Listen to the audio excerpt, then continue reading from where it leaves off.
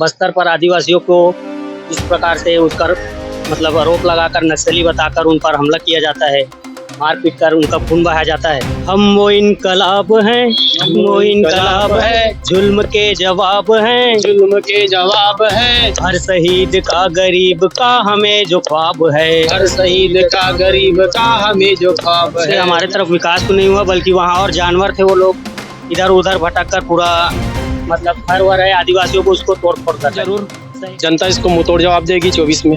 अगर अधिकार का बात करता और अगर वो हमारी मांगों को सुनता तो हसदेव अभियान जो है अभी तक कटना बंद हो जाता और बस्तर में जो नरसंहार हो रहा है, जो फर्जी केस हो रहे हैं, वो सारी चीज बंद हो जाते हैं। सत्ता पे बैठे जो लोग हैं वो अपना उल्लू सीधा करने के लिए वहाँ के जो जल जंगल जमीन की जो लड़ाई चल रही है, चाहे हसदेव की बात करे या बस्तर की बात करे, जो चल रहा है लड़ाई, उस लड़ाई को दबाने का प्रयास कर रहे हैं। लड़ रहे हैं इसलिए कि प्यारा जग में जी सके, लड़ रहे हैं इसलिए कि प्यारा जग में जी सके।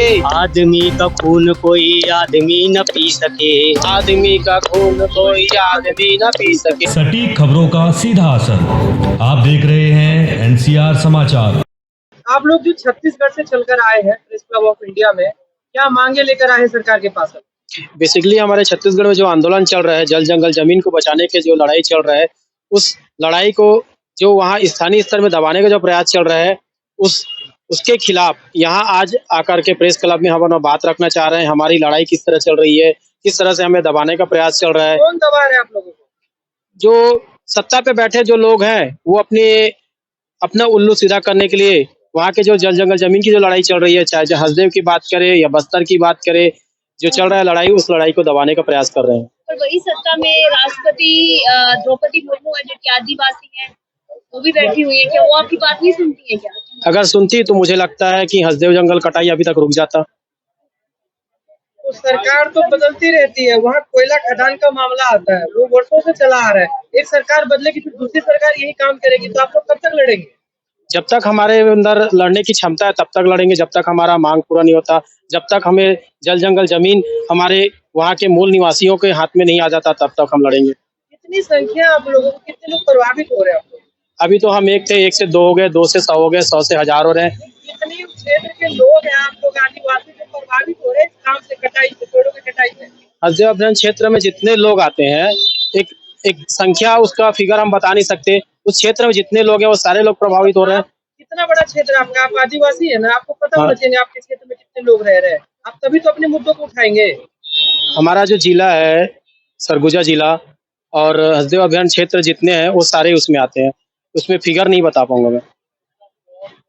पर ये बताइए 24 के चुनाव भी है और आप जंगल बचाओ का भी एक आंदोलन चला रहे हैं, तो 24 के चुनाव के लिए कुछ सोचा है आप लोगों ने, आदिवासियों ने? बिल्कुल जरूर, जनता इसको मुंहतोड़ जवाब देगी 24 में। हाँ, क्या करने वाले हैं आप लोग? हम वही चाहेंगे जो हमारी आदिवासियों का जो आवाज हक अधिकार की जो बात करेगी, उसी सरकार को हम सत्ता में बैठाना चाहेंगे। सरकार नहीं करने की आपकी हक अधिकार की बात? अगर अधिकार का बात करता और अगर वो हमारी मांगों को सुनता तो हसदेव अभियान जो है अभी तक कटना बंद हो जाता और बस्तर में जो नरसंहार हो रहा है, जो फर्जी केस हो रहे हैं, वो सारी चीज बंद हो जाते हैं। आरोप भी लग रहे हैं आपके हसदेव, ये जो आंदोलन चल रहा है कि फंडिंग हो रही है इसमें? आंदोलन को मिसगाइड करने के लिए इस तरह की अफवाहें शुरुआत से ही फैलाई जा रही है। आप क्या बोलना चाहेंगे? आप साथ में आए हैं, आप भी इस आंदोलन में, आप देखा गया कि आप गाना गा रहे थे, तो गाना सुनाना चाहेंगे अभी जो गा रहे थे? ये मैं जनता की हक अधिकार की आवाज के लिए आवाज उठाता हूँ और तेज बोलिए।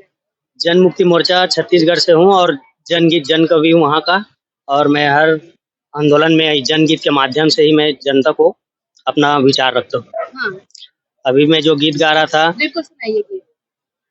हम वो इनकलाब हैं, हम वो इनकलाब है, जुल्म के जवाब हैं, जुल्म के जवाब है। हर शहीद का गरीब का हमें जो ख्वाब है, हर शहीद का गरीब का हमें जो ख्वाब है। लड़ रहे हैं इसलिए कि प्यारा जग में जी सके, लड़ रहे हैं इसलिए कि प्यारा जग में जी सके। आदमी का खून कोई आदमी न पी सके, आदमी का खून कोई आदमी न पी सके। हम वो इनकलाब हैं, हम वो इनकलाब है, जुल्म के जवाब है, जुल्म के जवाब है। हर शहीद का गरीब का हमें जो ख्वाब है, हर शहीद का गरीब का हमें जो ख्वाब है। अच्छा, ये कह रहे हैं धुन जो है आप गाने में खड़ी है आपकी, दोबारा एक बार बताएंगे, इस पे लगाइए माइक। जी, जिस तरह से अभी हसदेव जंगल में हाँ।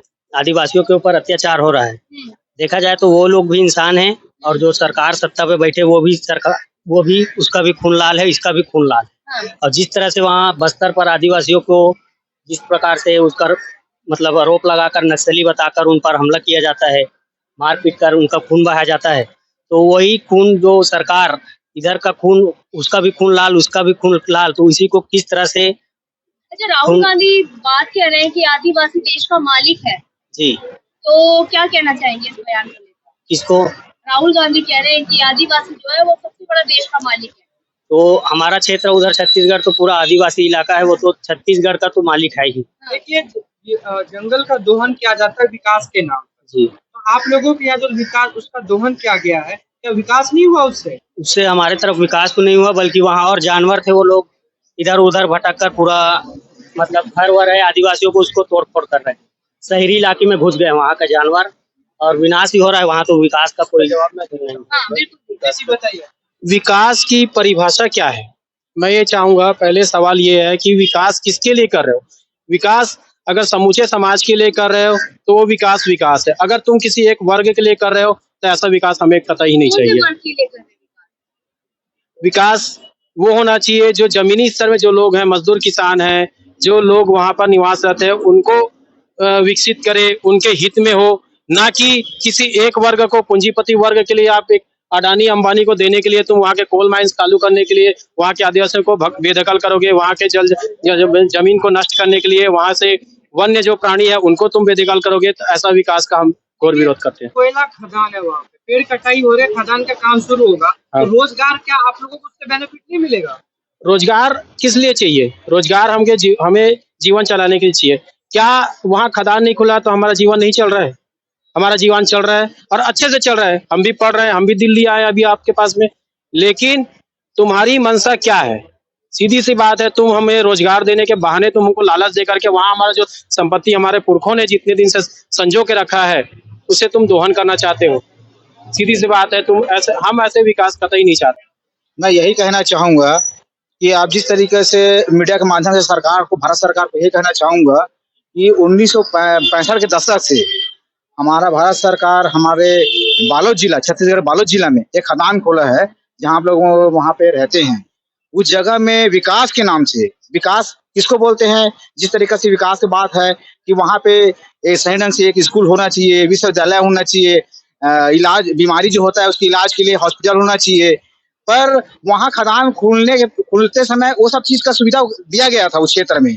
लेकिन जैसे जैसे खदान का कच्चा लोहा जो जिस तरीके से वहाँ खत्म हो रहा है, आज पूरा तरीका से वहाँ स्कूल बंद किया जा रहा है और हॉस्पिटल बंद किया जा रहा है, और वहाँ का जो रोजी रोटी से जो जिनको विकास बोलते हैं, जो रोजी रोटी मिलना चाहिए, वो पूर्ण तरीका से वहाँ पे मजदूरी की लड़ाई, मतलब हमको रोजी रोटी मिलना चाहिए, इस तरीके से वहाँ पे लड़ाई लड़ा जा रहा है। पर मजदूरों की तो बात करते हैं मोदी जी, खुद को भी कहते हैं कि मजदूर का बेटा हूँ मैं। जी, बहुत अच्छी बात आपने पूछा, लेकिन हमारा दिल्ली राज्य में एक इतिहास है। सन 1965 में अभी 2024 इनके बीच में जिस तरीका से आज विकास की बात है, तो वहाँ के जितने भी प्रभावित गांव हैं, प्रभावित मजदूर हैं, प्रभावित किसान हैं, आज पूरा रोड में आके इस बात को उठा रहे हैं कि हमको काम चाहिए, हमें अच्छा स्वास्थ्य के लिए हमें अच्छा हॉस्पिटल चाहिए, हमारे बच्चे पढ़ने के लिए हमें सही ढंग से हमको स्कूल चाहिए, विश्वविद्यालय चाहिए, मेडिकल कॉलेज चाहिए। ये मांग वहाँ पे आज की वर्तमान स्थिति में किया जा रहा है। सरकार ये सारी चीजें नहीं दे पा रही है, बिल्कुल उनसे वंचित किया गया है। सवाल है, कितने लोग प्रभावित होंगे, संख्या बता सकते हैं? बताना चाहूंगा मैं कि उस जिले में 12 पंचायत करके एक 12 पंचायत करके एक प्रोसीजर योजना लाता है भारत सरकार, और उस 12 पंचायत में ऐसे हजारों मतलब वहाँ पे क्षेत्रवासी लोग प्रभावित हैं, जिनके खेतों में जो लोग अनाज उगाते हैं उनके खेतों में लाल पानी मतलब फाइंस वहाँ जाके जमा हो चुका है। अच्छा, एक आखिरी सवाल है, 24 के चुनाव है, आप लोग मजदूर भी हैं, आदिवासी भी हैं, तो क्या कहना चाहेंगे चुनावों को लेकर? जिस तरीके से मैं आज अपनी बात यहाँ पे रख रहा हूँ, हमारे संगठन के माध्यम से हम लोग यहाँ पे आके बात रख रहे हैं, इससे ये स्पष्ट है कि अगर वास्तविक में जो सत्ता में जो बैठना चाहेगा हम उनके ही वोट देंगे। जो हमारे साथ जो अन्याय कर रहे हैं, हमारे बरसों से हमारे साथ जो अन्याय कर रहा है, उनको बिल्कुल वहाँ की जनता बिल्कुल सत्ता में नहीं बैठा लेगी।